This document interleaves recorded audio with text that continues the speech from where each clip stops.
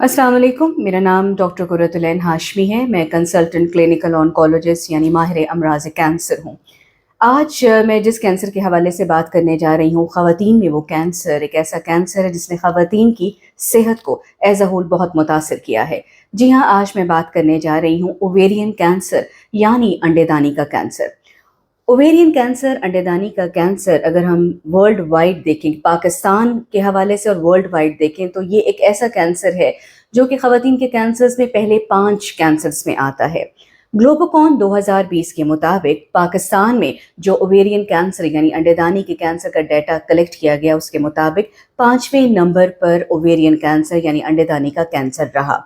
इसके अलावा अगर हम वेस्टर्न वर्ल्ड में देखें, यूनाइटेड स्टेट्स ऑफ अमेरिका में अगर हम देखें, तो ये सूरत हाल और ज़्यादा मुख्तलिफ है। ख़वातीन के कैंसर्स में 5th leading cause of death जो है वो ये कैंसर है, और इसके अलावा ये 2nd मोस्ट कॉमन कैंसर है यूनाइटेड स्टेट्स ऑफ अमेरिका में ख़वातीन में यूट्राइन कैंसर के बाद।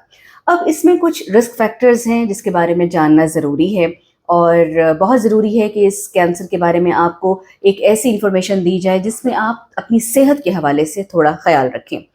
मिसाल के तौर पर आपके लिए जानना ज़रूरी है कि आप कौन सी एज में, कौन सी उम्र में इस कैंसर के रिस्क में मुब्तला हो सकती हैं। तो ख़वातीन, आपको बताती चलूँ, जैसे जैसे उम्र में इजाफा होता है वैसे वैसे आप ओवेरियन कैंसर के रिस्क में ज़्यादा मुब्तला होने के चांस उस सिनेरियो में आ जाती हैं कि आप इसमें ज़्यादा मुब्तला हो सकती हैं। मीडियन एज जो देखी गई है वो है 60 साल तकरीबन। ओवेरियन कैंसर बेसिकली हमारे जिस्म के ख़ास ऑर्गन से जन्म लेता है जिसे हम कहते हैं ओवरीज यानी अंडेदानी। 2 ओवरीज मौजूद होती हैं ख़वातीन के जिस्म के अंदर जिनका काम है ईस्ट्रोजन और प्रोजेस्टेरॉन को बनाना। ये तकरीबन एक ओवरी का साइज़ बादाम के साइज़ के बराबर होता है, और इसका काम, सबसे इम्पॉर्टेंट काम है हमारे जिस्म के अंदर हार्मोनल बैलेंस को ईस्ट्रोजन प्रोजेस्टेरॉन की सूरत में जो बैलेंस में रखना।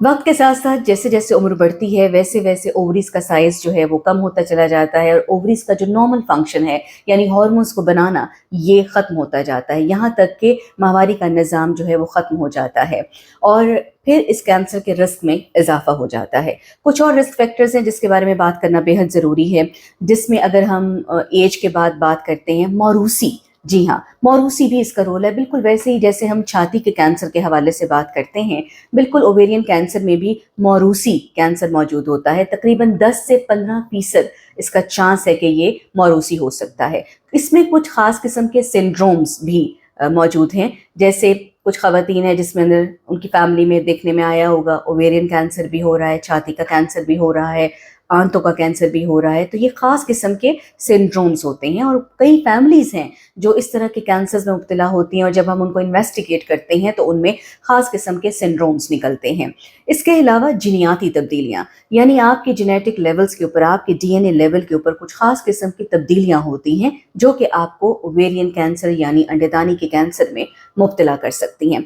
इसके अलावा आप अगर कुछ और रिस्क फैक्टर्स देखें, उसमें ओबेसिटी यानी मोटापा, उससे क्या होता है, उससे इस कैंसर का रिस्क कैसे बढ़ता है। कैंसर का रिस्क उससे ऐसे बढ़ता है कि जैसे जैसे आपका मोटापा बढ़ता है आपके अंदर हार्मोन रेजिस्टेंस पैदा हो जाती है, और फिर ये हार्मोन रेजिस्टेंस जहाँ और बहुत सी बीमारियों का शिकार करती है, वहाँ पर एक कैंसर, ओवेरियन कैंसर भी है। इसके अलावा अर्ली मिनार्की यानी माहवारी के निज़ाम का ज़िंदगी में जल्द शुरू हो जाना, और मतलब ये कि अगर 13-14 साल की उम्र में बच्चियां बड़ी होती हैं, तो अब आजकल हम सुनने में आता है कि 10 साल की उम्र में भी बच्ची बड़ी हो जाती है। ये एक आम कॉन्सेप्ट है कि अब बच्चियां जल्दी बड़ी हो रही हैं, ये आपने सुना भी होगा। तो ये भी एक रिस्क फैक्टर है। लेट मीनोपॉज यानी माहवारी के निज़ाम का देर से ख़त्म होना, ये भी एक रिस्क फैक्टर है। इसके अलावा बच्चों का पैदा ना होना, यानी अगर आपकी ज़िंदगी में प्रेगनेंसी आपकी नहीं हुई है तो आपका रिस्क बढ़ जाता है कि आपको ज़िंदगी के ख़ास हिस्से में जाकर ओवेरियन कैंसर यानी अंडेदानी का कैंसर हो सकता है। इसके अलावा एंडोमेट्रियोसिस एक ख़ास किस्म की बीमारी है जो ख़वातीन में देखने में आती है, जिसमें कुछ ख़ास पैथोलॉजी होती है आपके जिस्म के अंदर, और ये भी एक रिस्क फैक्टर है जो कि आपको ओवेरियन कैंसर के अंदर मुब्तला कर सकता है। इसके अलावा पॉलीसिस्टिक ओवरीज, हमने सुना है कि ख़वातीन में, बच्चियों में ये प्रॉब्लम शुरू हो जाता है, उसका फिर ट्रीटमेंट लेना पड़ता है, ये भी एक रिस्क फैक्टर कंसिडर किया जाता है। इसके अलावा पेल्विक इन्फ्लेमेटरी डिजीज़ यानी आपके पेट के निचले हिस्से में कुछ ख़ास किस्म के के इन्फेक्शन हो जाते हैं, वो भी बाज़ औक़ात रिस्क फैक्टर बन सकते हैं। हार्ड एंड फास्ट नहीं, लेकिन रिस्क फैक्टर की लिस्ट में इनको सबसे आखिर में लिया जाता है। इसके अलावा यंग बच्चियों में ओवेरियन सिस्ट की जब हम बात करते हैं, ओवेरियन सिस्ट सारी की सारी ख़तरनाक बिल्कुल भी नहीं होती, बग़ैर जड़ों वाली भी मौजूद होती हैं, और जड़ों वाली यानी कैंसर की तरफ ले जाने वाली गिल्टियाँ ओवेरियन सिस्ट भी मौजूद होती हैं। तो इसमें भी हमें थोड़ा सा विजिलेंट रहना चाहिए। अगर ओवेरियन सिस्ट मौजूद है तो उसके बारे में आपको मालूमात होनी चाहिए कि अगर वो निकलवाने वाली है उसको निकलवा दें, कॉम्प्लेक्स है, सिंपल है, डॉक्टर से ज़रूर डिस्कस करें, और इसका कोई ट्रीटमेंट अगर हो सकता है तो ट्रीटमेंट भी ज़रूर कराएं, चाहे वो सर्जिकल है चाहे वो मेडिकल है। अब ये कि अंडेदानी के कैंसर की अलामात क्या हो सकती हैं।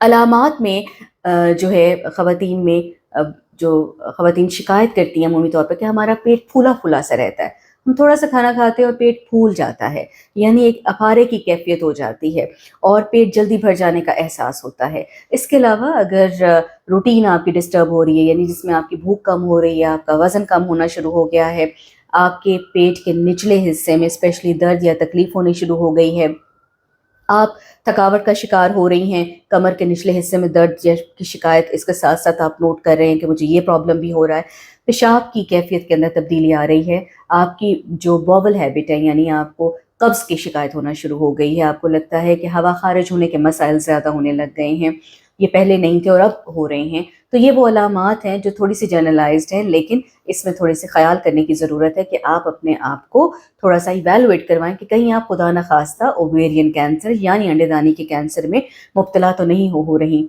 जहाँ पर रिस्क फैक्टर्स की बात की है वहाँ पर कुछ चीज़ें हैं जो प्रोटेक्टिव हैं। मिसाल के तौर पर प्रेगनेंसी का होना, यानी अगर आप ज़्यादा बच्चे पैदा करते हैं तो आप प्रोटेक्टिव रहते हैं, आपको ओवेरियन कैंसर से यानी कि बचना ज़रा आसान हो जाता है, क्योंकि प्रेगनेंसी जो है ये क्या करती है। प्रेगनेंसी का प्रोटेक्टिव रोल इस लिहाज से होता है कि हमारे जिस्म के अंदर हार्मोन्स का एक ख़ास सिस्टम चल रहा है और उसमें एक ख़ास फेज़ आती है जिसे हम कहते हैं ओव्यूलेशन, जिसमें अंडेदानी जो है अंडे बनाती है, और ओव्यूलेशन का जो फेज़ होता है हमारे साइकिल में बहुत अहम होता है।